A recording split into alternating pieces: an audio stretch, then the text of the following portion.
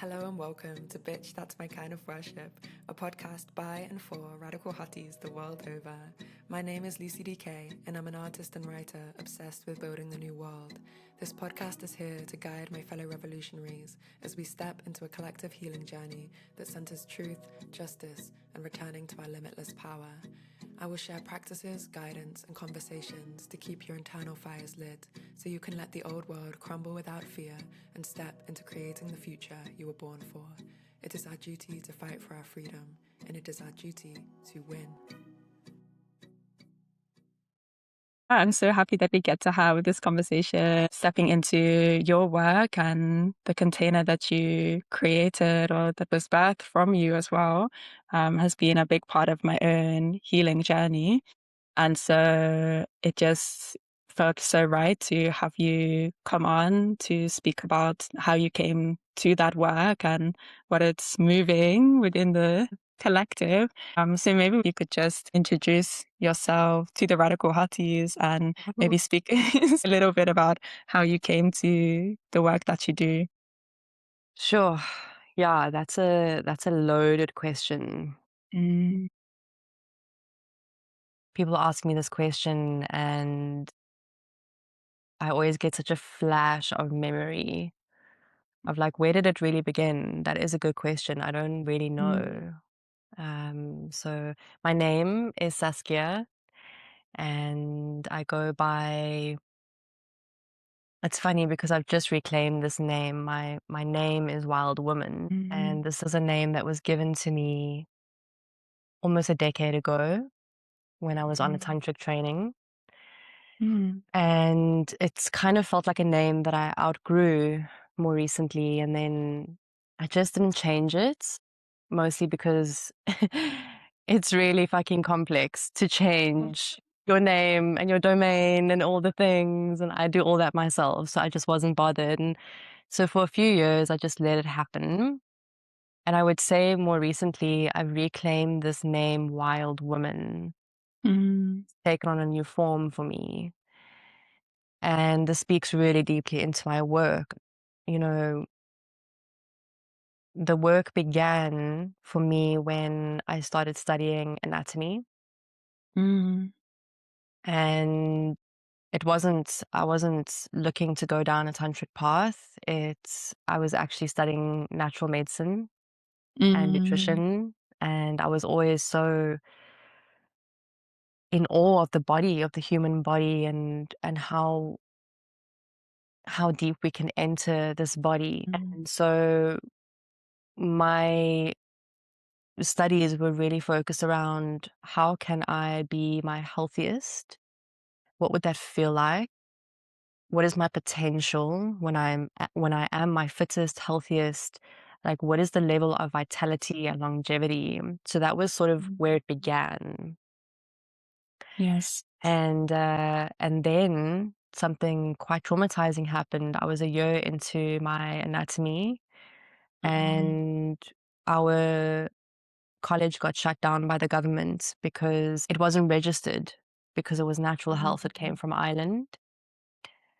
And this took me through a quite grieving process around, well, where do I take this now? I've got this work, this knowledge around anatomy and physiology and pathology, and what am I supposed to do with this? And I went on an amazing solo trip to Bali. And I'll never forget this experience because I think this is really what shaped my path. And I remember going into the jungle, and I tracked for 2 hours into the jungle to find a shaman. I knew I was there to find a shaman.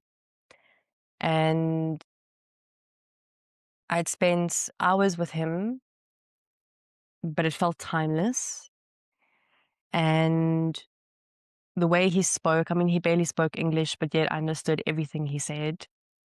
And the way he spoke about my path, my life, my body, when I got back to Joburg, because that's where I was living at the time, something had seeded in my being and something had to change. And I already stepped away from everything I knew, corporate, marketing, hospitality, all the big corporates that I was involved with. And I started to really scour the internet And about 15 years ago, the only wild thing, I mean, there was nothing around shamanism. I didn't even consider Tantra, but I was seeking this energy through the body. Like, what is that? How can I work with that? How can I touch what this man invoked in my being? I really couldn't afford to go to the jungle and study there and live there. And so Joburg had to be the place. And I remember finding a Reiki course. And that was the wildest thing 15 years ago. Reiki was not a thing. My family thought I was weird. I was really out there for studying Reiki. And that's where it began for me, was learning how to touch a body. This was through Reiki, how to measure energy. And it was so intense that I had a memory the other day of when I was in my Reiki sessions, I used to collapse. I remember I had a memory of me fainting twice over a client because that's how much energy I was working with. Didn't know how to use that energy in my own body. I didn't have the capacity to move that kind of energy. And so fast forward a couple years, I landed in Cape Town, and within that year of arriving in Cape Town, I found my teacher. And we've been studying together for almost a decade. The Tantric path wasn't something that I entered onto to become a teacher. I also don't like saying it found me. It feels a bit cringe. Because, when I really look at it, it was always there. It was always there. In little moments, I can feel it. My journey with sexuality, my own body, my own, well, I was really promiscuous. And so there were so many things. I was always working with my eros. And and then studying with Valentina, I really got to touch on the juice of life. And so my big work and my beginning work was with her for a few years, and then I started studying de-armoring with another teacher, and the women's work, the sister shadow work, the somatic body work, the vulva work, the womb work was all two international teachers that I'm really feeling now have taught me a lot of what I know in the realms that I touch when it comes to women. And just life experience, babes. Like, man, my life has been intense. Before our podcast, I was really thinking about if I wrote a book, I would have a really interesting story to tell. My journey with sexuality has not been easy. It's taken me to really dark places within my being, within life. I've tasted and touched the darkest parts of our sexual, realms. And so that was really the initiator, the catalyzer for embodiment, like working through my eros. And I say this a lot when I work with people in the tantric space, is a lot of people aren't actually coming to me for tantra. They're really coming to me for erotic work in the beginning. Because in the beginning, this is where the work is. It's in our sexual shadow. We move through that. We access that. We move through it. And then we can touch traditional tantric work. I would love to speak more about that sexual shadow, as you call it, because I think, as you say, not only is that the reason why so many of us almost arrive at the work, right, or arrive in your work, but it's also something that I feel like is so much part of our collective unconscious, so much part of the ways we live without even sometimes seeing it or recognizing it, right? And it's like something that we're now seeing also come into the conscious, and we have lots of examples of, power and corruption, or almost the external. But I think what the work demands of us is to actually see where that shadow lives within each of us and within each of our bodies. And so I'm wondering if you could share what you think it takes for somebody, whether you speak from your own experience or just what you've learned from the work that you do, what it really takes for somebody to be able to sit with that shadow and to finally gaze upon it, right? And not avoid it or evade it or cover it, but actually sit with those depths that you talk of and go there. Like, what does it take to do that? Sure. What a beautiful question. When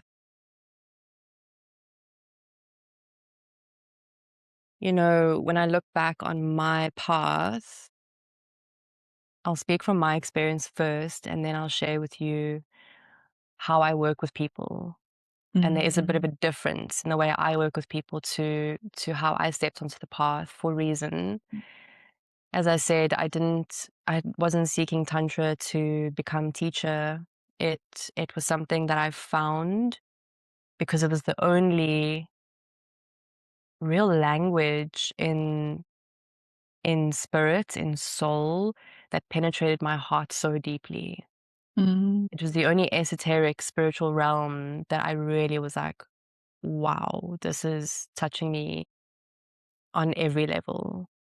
And perhaps it was my teacher too. I think this also plays a huge role, that I was very attracted to her.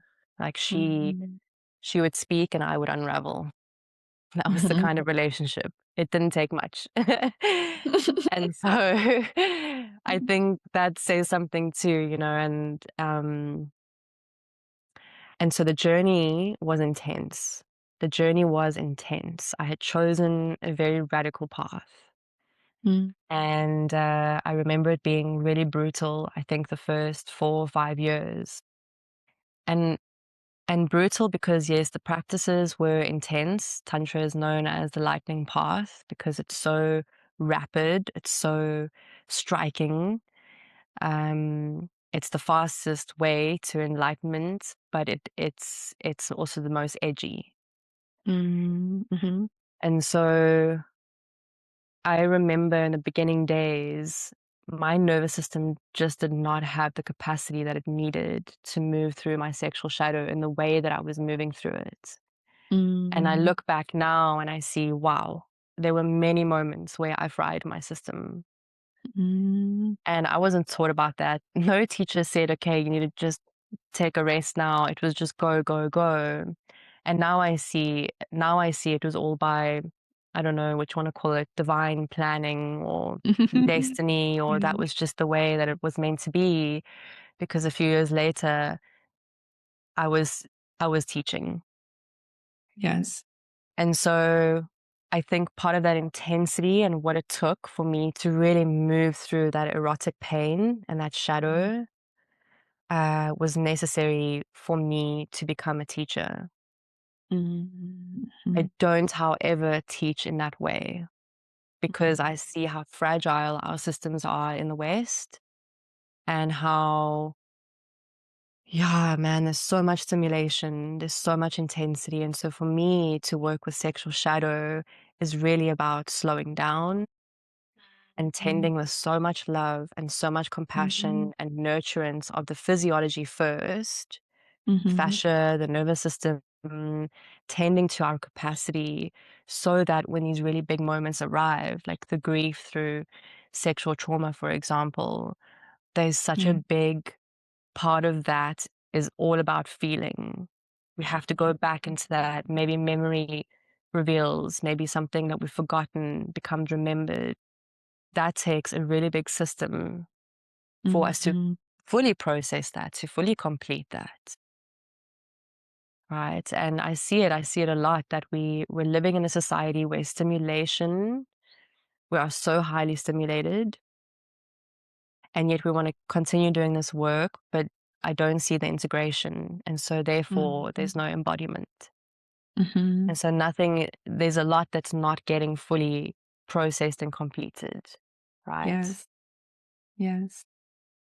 It's actually so beautiful to hear you speak about it because I feel like that was the biggest aha to me almost from the work that I did with you, was this deep tending and like deep love, and the pace, honestly. I remember when I first saw about Pelvic Puja and that container, and I was reading it initially like, well, how are we going to spend a whole week on this like tiny piece, you know? Because it was like you'd split each temple up into like each part of this system, right? And the pelvic area, to me at the time, I'm like, okay, like how much detail, how much nuance can there truly be, right? And this is me. I'd been studying Tantra for maybe 2 years. I'd like done a lot of healing practice to that point. And, you know, I felt like, okay, like I'm embodied, you know?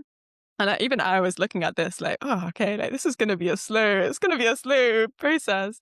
And then to be in that work and to realize through the direct experience, right, of wow, how much is held in each part of this and how much I've been bypassing and moving through so quickly. And as you say, that comes so much from the pace of the world that we're in. Even when we think we're moving slowly, we're actually often moving at the speed of light, right? And I think to truly create that capacity, as you say, it takes time. And I think it's something I'm even reflecting on when I hear you talk about your process of learning and your teachers, because this was also a reflection I was having the other day of initiation is something that takes place through a period of time, right? And as much as you say your journey happens quickly and like Tantra is the quickest path to enlightenment, it's also something where you have really sat with this work and with these teachers over a period of years. And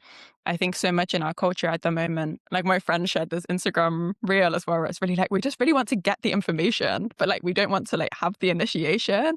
And I feel like there is this deep sense, especially within Tantra, of the experience is everything, right? And it's like you can't get the answer without actually sitting like with your body, like taking the time and moving through that.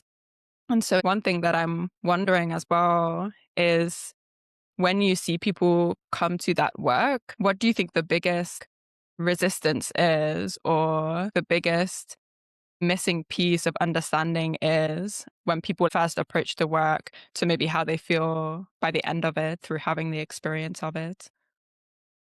Hmm.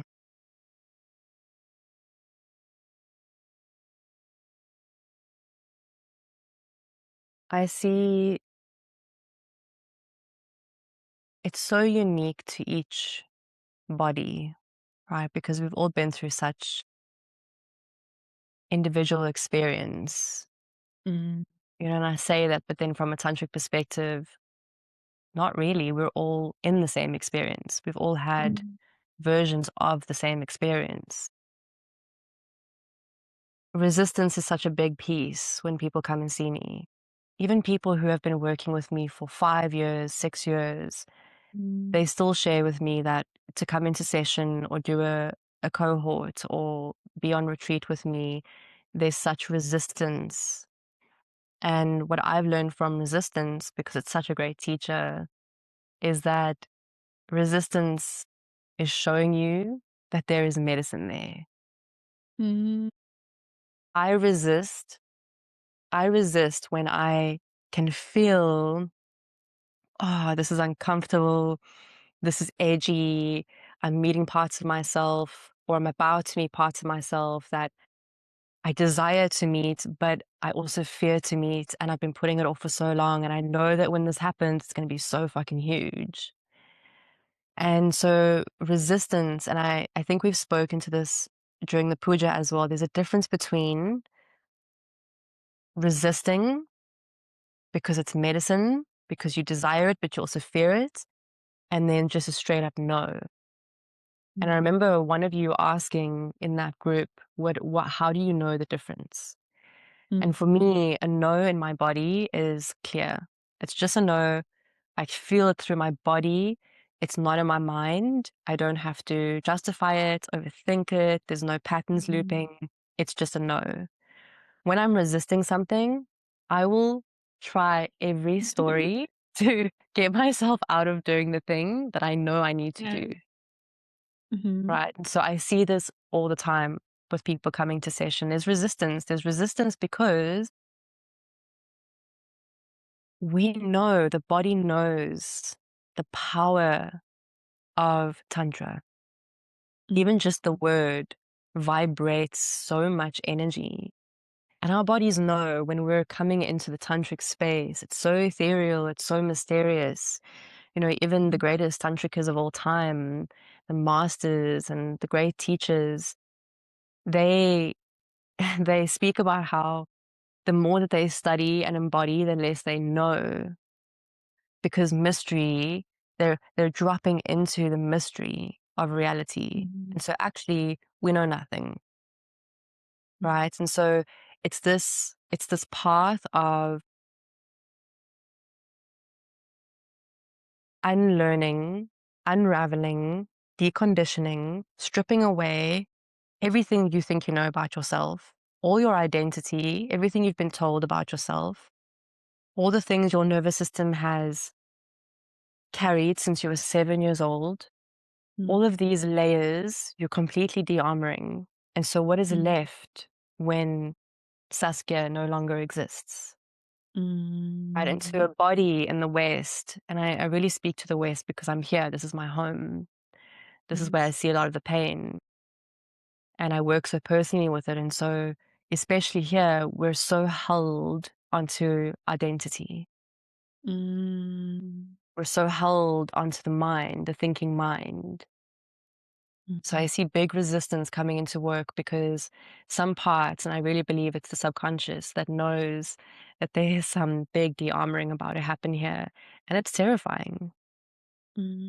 It's terrifying to sit with all of that and strip it away and see what's left. Right, to meet the mystery. And so why do it? That's a good question. Why? Yeah. Why do it? Wow.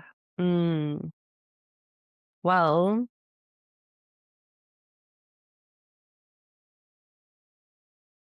I can share with you why I did it, why I desired to do it, right? Yes. And so I've always asked questions. I've always asked questions about life, the purpose, where do we go after death? What does death feel like? How big is the universe? What is beyond the boundary of the universe? What has started the universe? I've always asked these huge questions. And I've sought these really, what I thought was radical paths, you know, the Vipassana, going overseas to study yoga, keeping my face in books, studying anatomy and all sorts of things to try and get me closer to an understanding of why am I here? What is this? What is my purpose? And that was my why, was to understand purpose. And I could see it unconsciously stream in through like leaving school and being a rebel because I didn't want to study. So I found my way in the corporate world. I didn't study hospitality. I didn't study marketing and sales. Like I just worked fucking hard to get in there and to be with people and to learn. But even then I was questioning, okay, wait, so for 6 months I would enjoy that and then feel really bored. And I was like, why? What's in this? This is like soulless for me. And so I was always seeking. Since I was a child, I remember myself being a seeker.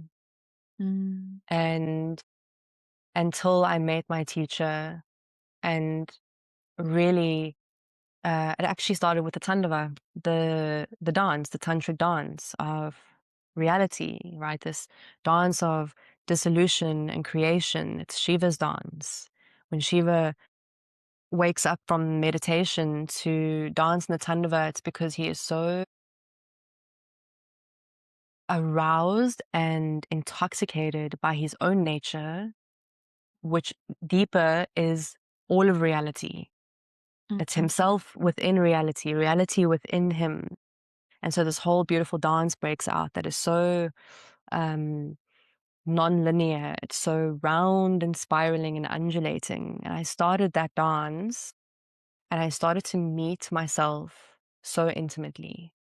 And this is kind of where it began for me. It was like, okay, this is my why, because I'm meeting a sense of purpose.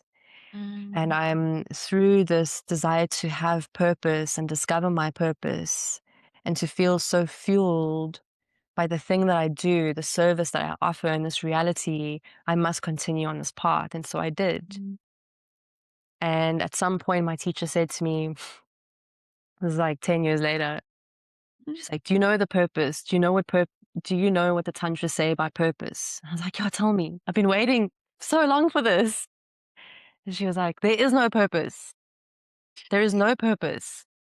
According to Tantra, the only purpose is to be in a human body and to experience everything from that place, indulge, become so intimate with, nourish, right? Become so imbibed in the experience of senses, the sensuality, the realm of sensuality of the senses.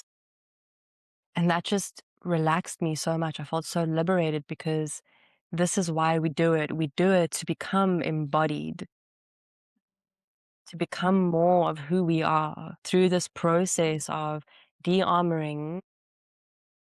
What happens is there's a becoming. And I want to really validate that this becoming is not to be better. It's not, and I hear this so much in our community and I cringe every time when we say, yeah, we're upgrading. No, we're not upgrading. There's nothing to upgrade. There's nothing to transform. You are becoming more of you by stripping away all of these layers that religion and social media and your family have put onto you, that have penetrated you unconsciously with into your nervous system, into your subconscious, and that's what drives your life. And this is an interesting point. This is where it got juicy for me, because through the Tantra yoga, I started to understand that it's the subconscious that is driving everything. The subconscious in Tantra is seen as the essence of reality. It's the foundation of reality, which means that if we're not aware of subconscious, are we aware at all? So we want to become aware and conscious of what is in the subconscious. Well, how is this affecting my relating? How is this affecting my pleasure, my relationship with my rage, right? All these elements come into play, and it's all from the subconscious. And so, yeah, that's why I do it, because I get to discover more of who I am beyond the identity that I've been given. And it's so beautiful because the idea of there not being purpose, right? And this is something that I feel like I come back to also because I've always been so attached to that sense of, okay, this is why I'm doing what I'm doing, or even in a path of alignment, right? The sense that it still all has to come to something. And I think so much of that for me has been about creating a new world, right? Or a new way of being. But what is really beautiful for me is that when I actually sit in, well, what does that truly mean, right? Beyond the visions or like identities and ways that I've been conditioned. And when I truly come into what it truly means, it is embodiment for everyone. It is that true sense of being and relating. And I think the times when I've felt closest to liberation, or what that means in my body, it is in these moments or these practices when I have simply stripped everything away, right? And I have a true sense of I am, like beyond any of these things, I am. And when I'm in that space with others, and it's really funny actually that you mentioned Valentina, because I didn't know that she was your teacher. And I had been attending her lavatory like in Cape Town, because she does this lavatory of embodied wisdom. I think it used to be called Bliss Dance. And it's so funny to see the lineage, right? Because I was in these sessions, and maybe like my first session, I was experiencing all this ecstasy and all this bliss and all this feeling of like, yes, this. And then the second session, I was feeling so much resistance and so much fear and so much, oh my gosh, this is so confronting. This is so edgy. And I think it's so amazing when we look at that, because as much as there is no purpose, it also is true that when we come into that true beingness, we make that possible for other people, right? I think that's what both of you do through your work and like through your presence. And so I think it's often a resistance that I hear, especially in my community, is this sense that spiritual paths can seem selfish, right? From like an external perspective, especially coming from lineages where there is almost this like collectivist sense of, okay, we need to make sure we're freeing everybody. And how do we do this? And this sense of real action and all these things. And I think what I've seen through my own journey is that in coming back to stripping everything away, and getting to the center of that like deepest essence and deepest oneness as well with all that is, we start to actually simply through being birth this beautiful radiance, like this beautiful liberation, this beautiful embodiment, which somehow is catching, like which somehow, when we do that, we somehow make it possible and it starts to kind of start moving all around us. And so I was wondering if you could speak about the start of your journey and like your family thinking you're crazy and the move from corporate to be like, okay, I'm going to go find this shaman in the jungle. I'm going to keep following this path for years. I think there's actually a lot of us in the collective being called to step into paths like these right now. But I think, as you recognize, to people around us, it can seem so crazy, right? Or it's like, what is she doing? What are they doing? And I was wondering if you could speak to how you found that sovereignty and how you still find that sovereignty to live a life in true alignment rather than being limited by conditioning or limited by the circumstance of the external. These are very juicy questions, sister. Wow. Like, whoa, this is exciting. Yeah, thank you for bringing these to me for contemplation. I mean, I haven't spoken about this in many years, and so it's beautiful to revisit these things. And it was a big process for my family. It was a huge process for my community. I mean, I remember when I was still living in Joburg and I'd quit another job. I don't remember what it was now. I quit another job to become self-employed and to start my own brand within the Reiki space. And I remember my mom and I having a huge fight. You know, I won't share the depths of where that went, just out of respect to my mother, and because now it's we know why. I know why this arrived, and so I just remember that fight being so, in some ways, shattering and dispelling the illusion and the story of I need to work a 9 to 5 to pay my bills, or I need to do the thing that I don't love to live the life that I want. These were real stories in my lineage. And they were so deeply ingrained. And so I was not supported. I was not supported on this path in the beginning. I was not, and I'm not ashamed to admit that. I had no support.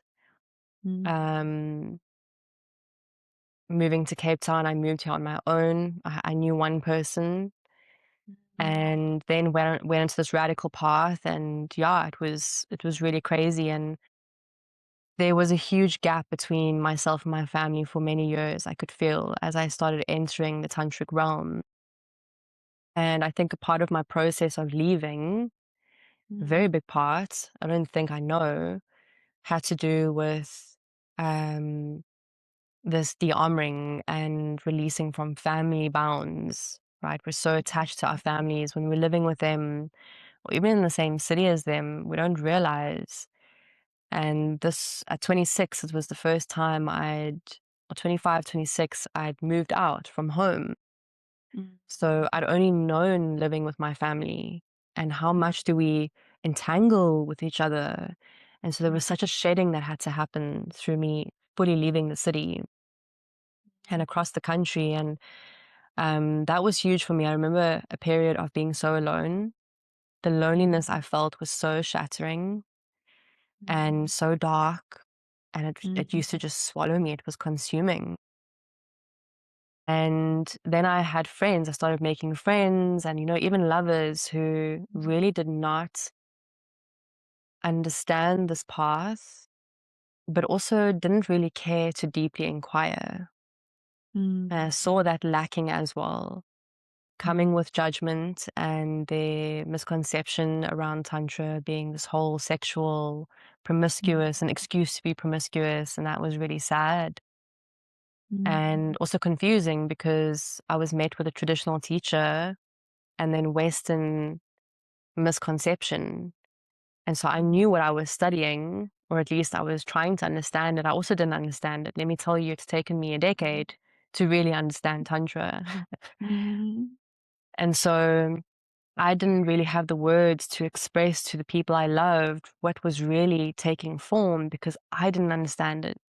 Right. And so I just kept with it, and I kept with it for so many years, and life just kept initiating me. And I would say past the 5 or 6 year mark, again, working with that repatterning of subconscious, I started noticing that my relationships with people were changing.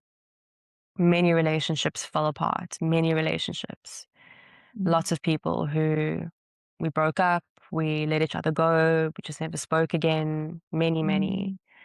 And slowly I started cultivating this really beautiful community and landing into community with people who were really curious. And it's taken many years to shape the community's understanding of Tantra. And I thank my teachers for that, because they are the true pioneers. The women before me on this path, can you imagine what they had to navigate? Tantra, I think even in my teacher's years, in her younger years, must have still been quite underground, because I still look at it now, and I look at our community, and yes, I'm strong in my work and I'm strong in my knowing, and in my expression, but there's still so much repression. We have a very conservative culture here in Africa. And I mean, how I've learned to navigate this is to be really strong in my expression, to really navigate with precision and integrity, that no, that's not what it is. Let me tell you what it is. Let me show you what it is. Yes. And I feel that even in the way you're expressing now. And that's why it's so beautiful, because I feel like even when you're telling the story of your, coming into the path and saying, I had no support, I think sometimes we hold that expression back so much, right? Where at least I know for myself, that is something it's really can be a lot to really stand in. This was the experience, and to express in a way where it has nothing to attach to it, but it's simply expressing the truth of what was there. And I would love to speak more about expression as well, because that is so connected to the work. I think one of the biggest revelations, I guess I could say, of my last couple of years has been the connection of the womb to the voice. And I think, as somebody who's always been so connected to voice, and that's always been my connection to spirit, is the voice and the messages that come through voice, and how to connect to source with voice. And I think in seeing how much that voice had been repressed, I think what's so interesting was it's something we speak about so much on a external level of, oh, this is what happens to women. Like, it's something we speak about in that way. But I had such a limited understanding of it in an energetic sense until the last couple of years.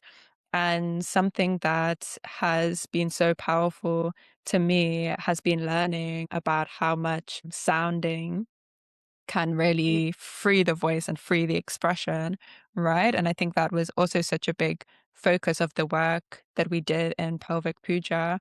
And again, it was funny coming into that thinking, oh, I'm here to heal my womb, or I'm here to do this. And then being like, oh, but the outcome has been now I can say how I feel in any situation. And why is that happening? And like, why am I suddenly spitting this fire at people in ways that I never would have been, right? And it's like the ways that we don't necessarily understand the connection of these things, and then we're just having the direct experience of how these things are actually connected.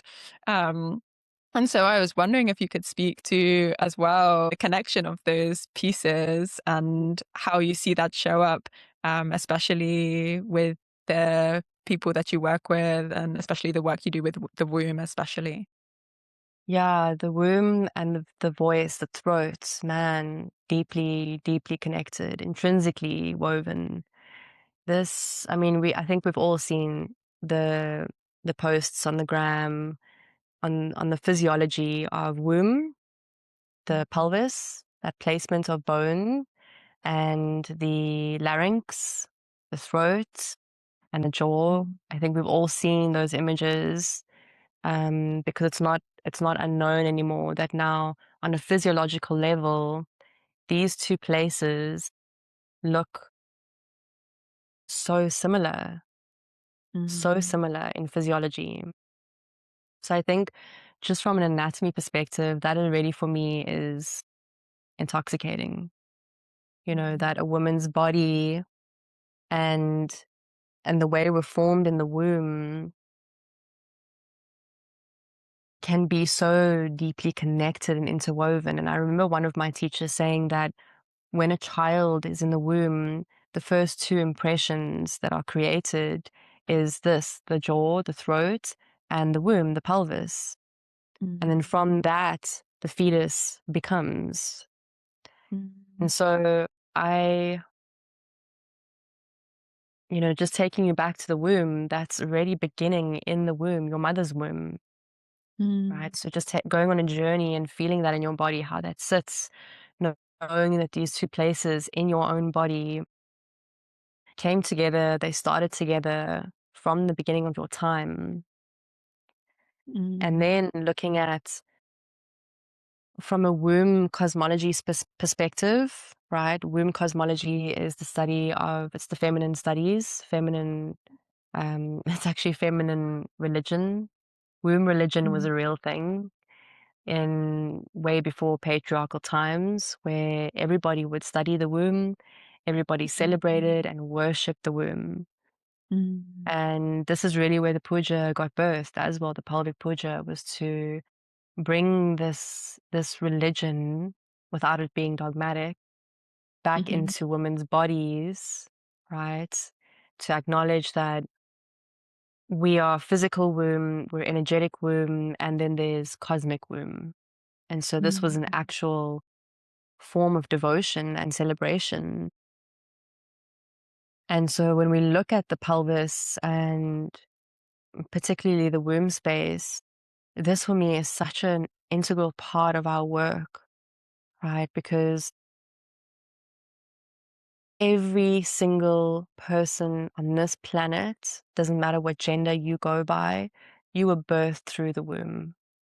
You were birthed through the womb.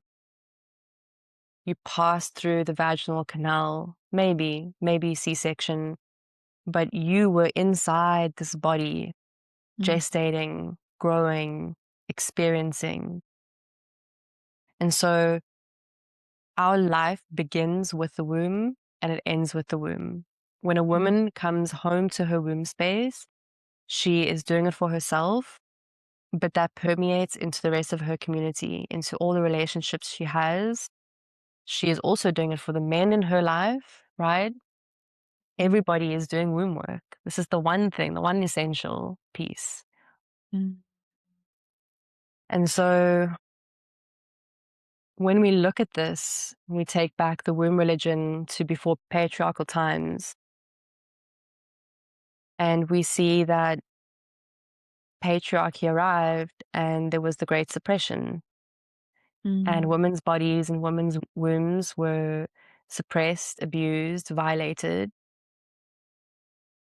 and how this shuts a woman down, right? Her voice goes. This is the first thing. When a woman is not connected to her womb, imbibed in her womb, I can tell from the way she is inside her throat. I can feel it, I can hear it. We can tell immediately from the way she expresses, the sounds she's making, the lack of deep breath. All of this is intrinsically connected. When we're starting to do womb work, it can be really intense, like the Tantric path. They're also very interconnected, these two pathways.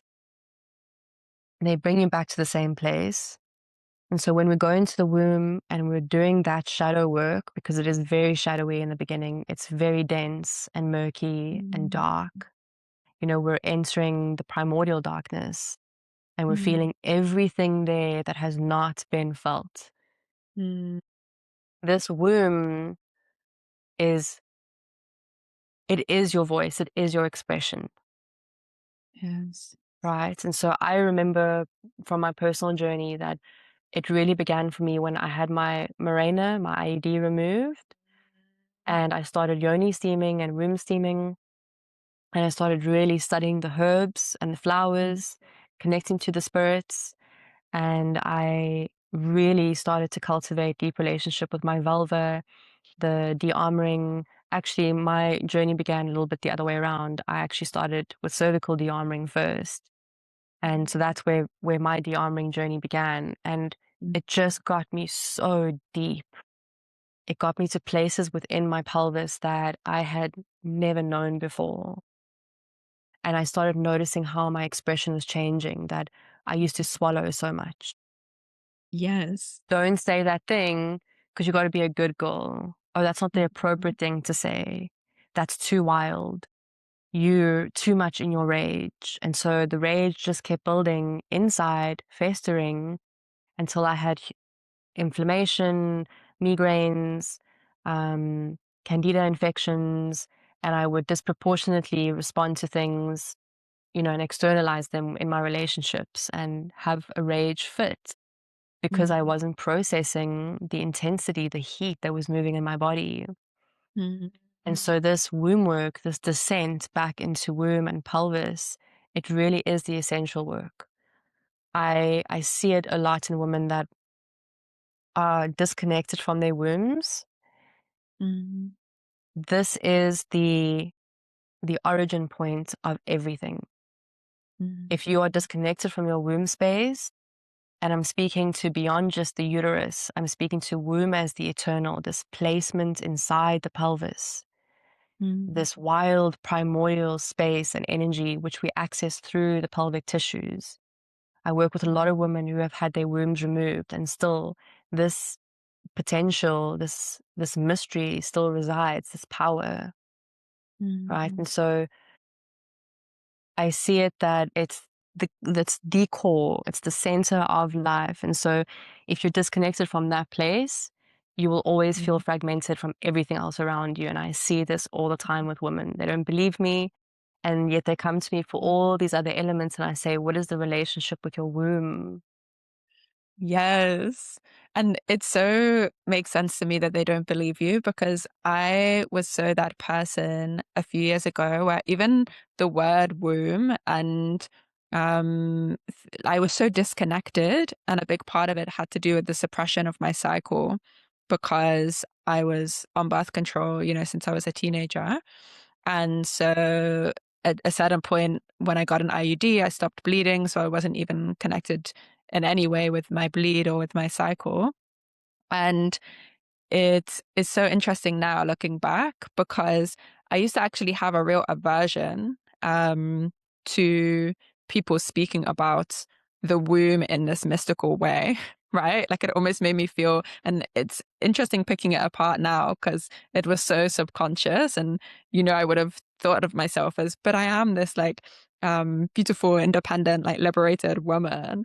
And yet I was so like, I don't know what it was, but a funny moment from the end of Pelvic Puja actually was how I ended up pulling out my own IUD, Oh my God. which I'm not suggesting to anyone, but was so crazy because actually before that, I think before we'd even gone into the puja, maybe it was even in like my preparation, I'd had a vision of this happening. Like I had a vision of being so deep in this space that I, just pulled out this IUD myself. And it's so interesting because even at that time I was like, well, that's crazy. I'm not doing that. And I'd kind of made motions to, I do want to come back into connection with my bleed. Like I do want to also just like take this out. It doesn't really feel like it's something I want to have right now. And so I'd started to, I'd made like maybe like doctor's appointments and stuff of like, okay, I'll like look into getting this out. And I hadn't decided. And then I feel like as we went into the puja, I became just more and more aware of the fact that this object is inside me in a way that I just hadn't been before, because I was coming into so much more sensitivity and closeness to these parts of my body, right? That I feel like I'd in a way been so disconnected from. And I think as I went deeper and deeper into that space as well, it became very crazy to me that I had suppressed such a huge natural cycle and process, right? And I think I hadn't made space for the enormity of that process and like what that was in my body and like what that felt like and all these things. And my body actually just ended up like expelling the IUD itself. Like it was like I'd be I feel like been doing these ceremonies, and I feel like I was just so deep in this process. The puja had ended, and I was rewatching some of the ceremonies. And I think I'd done like a de-armoring, um, and then there was a night where I was just really like up in, and I had like some pain almost. And I was like, oh, like, what's happening in my body? Almost a feeling of like, I could even believe I was giving birth right now, although I'm sure if I actually Wow. had the experience of birth, I would know that it was not on that level. But it was a real feeling of something is like moving in my body, like, but also a deep sense of calm and a deep sense of like prayerfulness. Like I had no fear, like I had no sense of, oh my gosh, is something wrong? Like I felt very deeply a knowing of this is right. Like my body is doing something that it like needs to do. And so I felt very connected to that prayerfulness as well. And then at a certain point, I just felt like, oh, like I can, like I like feel like I just need to like reach inside of myself. And I just ended up feeling, oh, the idea is now just here and I could just pull it out. And it was so smooth and it was so easy and there was just no issue at all. Wow. And it was just Wow. so crazy to be like, wow, like my body really like, had this power to do this, right? And like knew that this like it didn't need to be here, and it was just so amazing and like beautiful, because I think then also over this time to come back into connection with my bleed even and with my womb and like with the potential of that space has just made me feel so much more alive and like so much more connected to what it actually means to be in the world as well, and so much more sovereign in the truth of my expression. And so I think when we speak to what it means to truly express and no longer be swallowing and no longer have that good girl conditioning that you talk about as well, it's really powerful to see how these pieces are Yeah. connected. I want to say actually, as you were speaking now, what's just to bring that in, um, so why are we able to express so much more truthfully when we become embodied in the womb, when we really open up into that womb space, is we're being so deeply initiated each time we descend, each time we bleed, whatever your phase is. You're just starting out in menarche, you're a bleeding woman, maybe you're going into menopause, maybe you're birthing, maybe you're in postpartum. It's all moving through the pelvis. And I think when we're moving through this so consciously and we're entering layers upon layers of embodiment, and again, that piece around becoming more of who you are, I noticed that the pain around suppression and swallowing is way more intense. Like that feels like self-abandonment. It's way more intense than the pain of what will come out, how it will come out, and especially in the beginning, because sometimes expressing in the beginning is quite messy, right? When we've been shut down for so long and our voice has been closed for so long, it can come out as really messy in the beginning. I see this with women that I've, especially on the pujas, when I say don't swallow, keep speaking, swallow. And I can see in the beginning, it's like, okay, there's some safety here to express. And sometimes it's messy. There's projection, there's externalizing. I can see there's messiness around it. And this is part of the process, you know, to heal womankind, to bring womankind together is to create this safety around our expression, to allow a woman to be quite neutral in the beginning so that she can receive this messy expression. It's important for women to have at least one woman in their life where they can just purge all this messy expression and for that other woman to just remain neutral. And what I mean by neutral is that it's not someone who maybe understands what they're going through or is close to what they're going through rather, so that they don't get triggered by this messy expression. It's got nothing to do with them. Just so that we have a support and a resonance, because in the beginning, it is messy. It can become really volatile. And then it becomes regulated. It's like the fascia. It just sorts itself out, right? We keep doing the work. We keep showing up for our embodiment, for our process of awakening. And at some point, the womb and the voice just align. And there's such a power to that. When you can start expressing from the space that's between your legs, right? And this is what I mean when I say she speaks from between her legs. Remember from Women Who Run with the Wolves, Clarissa Pinkola, this is her very first line. She speaks from between her legs. This is what it means. It's not just a symbol. It's that when women are coming home to their womb, they are coming home to an expression that is so potent and so alive that it shakes rooms, right? It changes vibration. And I really believe that this is a time right now we're in where women are really waking up and women are really descending into the womb. And I can see it in the way that we're expressing, and it's beautiful. We're coming alive again, because for how many centuries have our voices been shut down? We are, and I feel the aliveness and like I feel the way that, yeah, there is just so much that's coming back online as well. Yeah. And I'm wondering as well, because I know there's some people in my community who have wombs but might not necessarily identify with the word woman, or might have different gender identities. But I was wondering just if you could speak to like the womb energy as well, in the sense of the way that I feel like we all almost have this like creative energy, right? And those of us with wombs inside our bodies obviously have this actual physiological connection to the womb. But I'm wondering if you have a sense of what that energy can bring us kind of all into, in a collective sense, as we kind of come back into more union. Yeah, big question. And this is still a question I just want to ask myself too. I'm still in contemplation with it, because I think Yes. there's so much there. You know, as I said, the womb is the one place that, I mean, it is the essence of life. You've come from it. It doesn't matter what gender you are. It doesn't matter how you identify.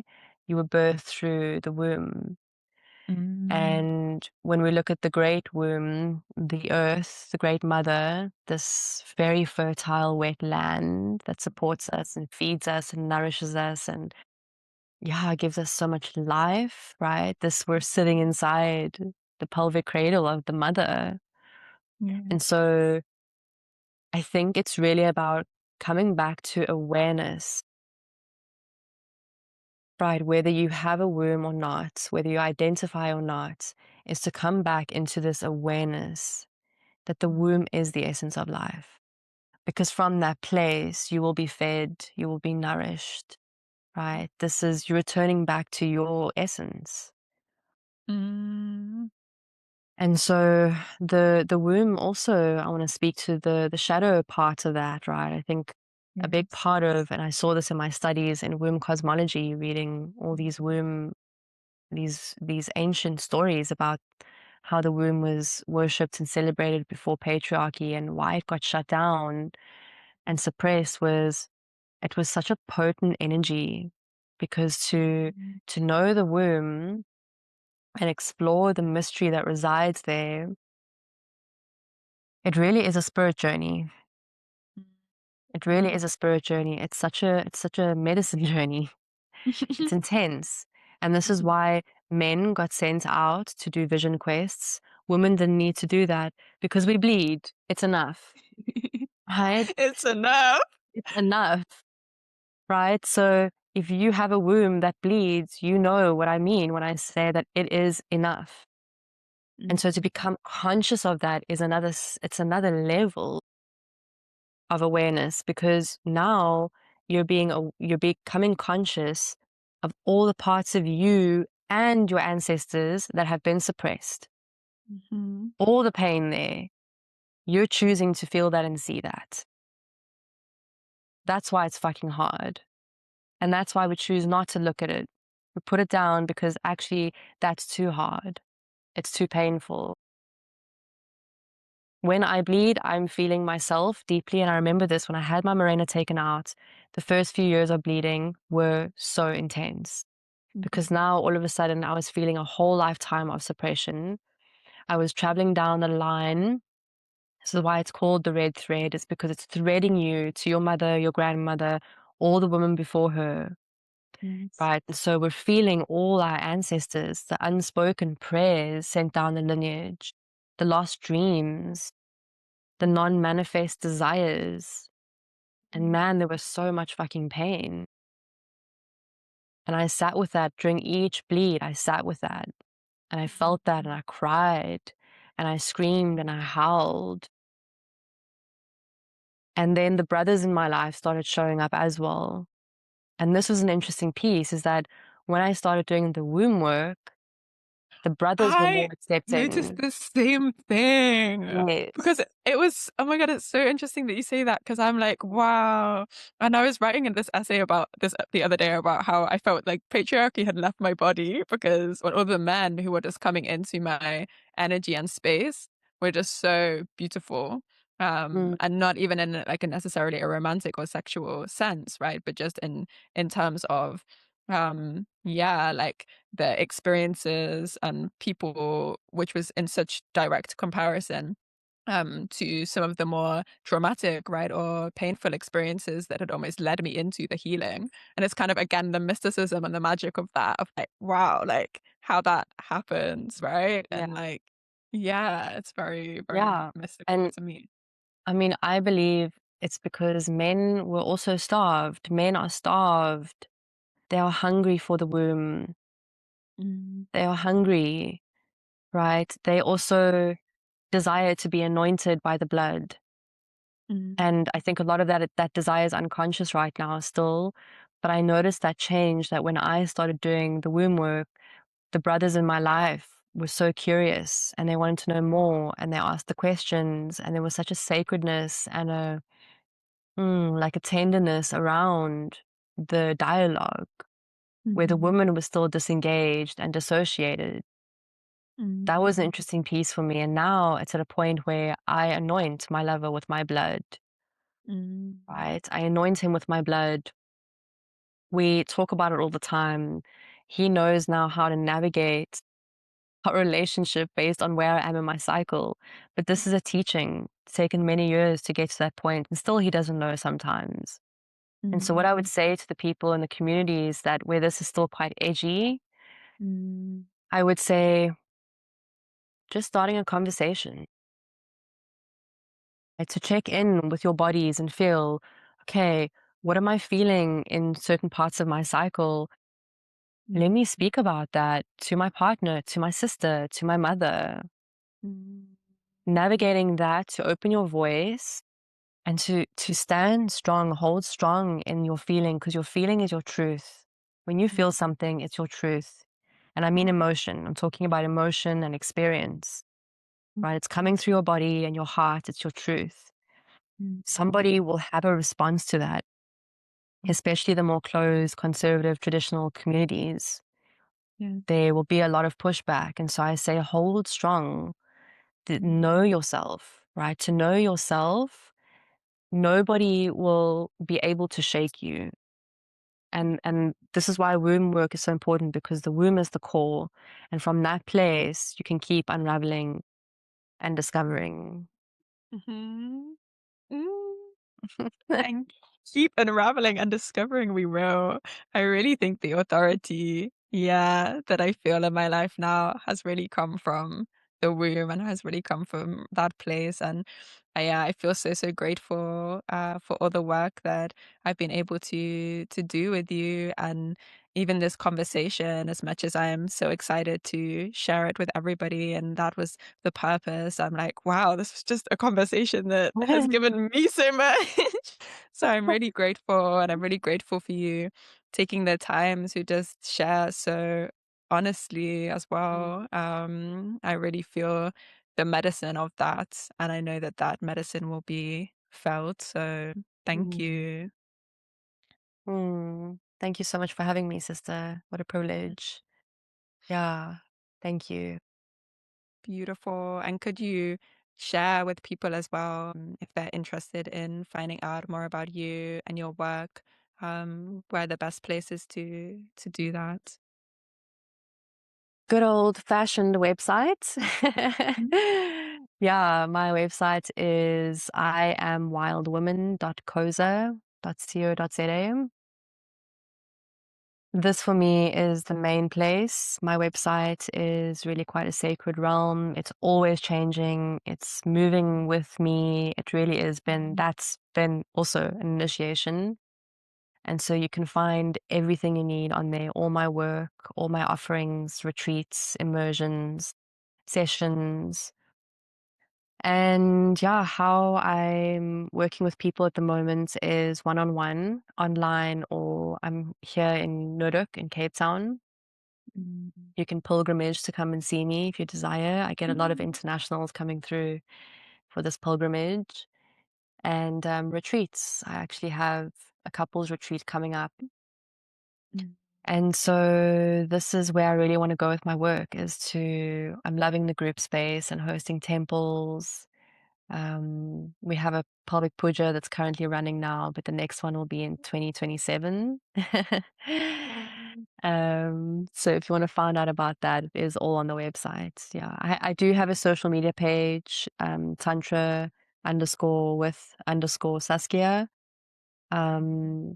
I'm currently dark on that page, just taking time and space to recalibrate, but it is active. So all my work is showcased there if you do want to check it out.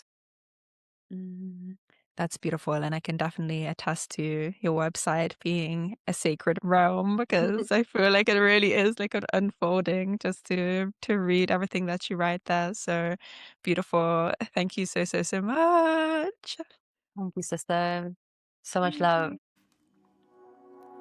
You've been listening to Bitch, That's My Kind of Worship, and you can follow Radical Hotties on Substack for more where that came from. See you next time.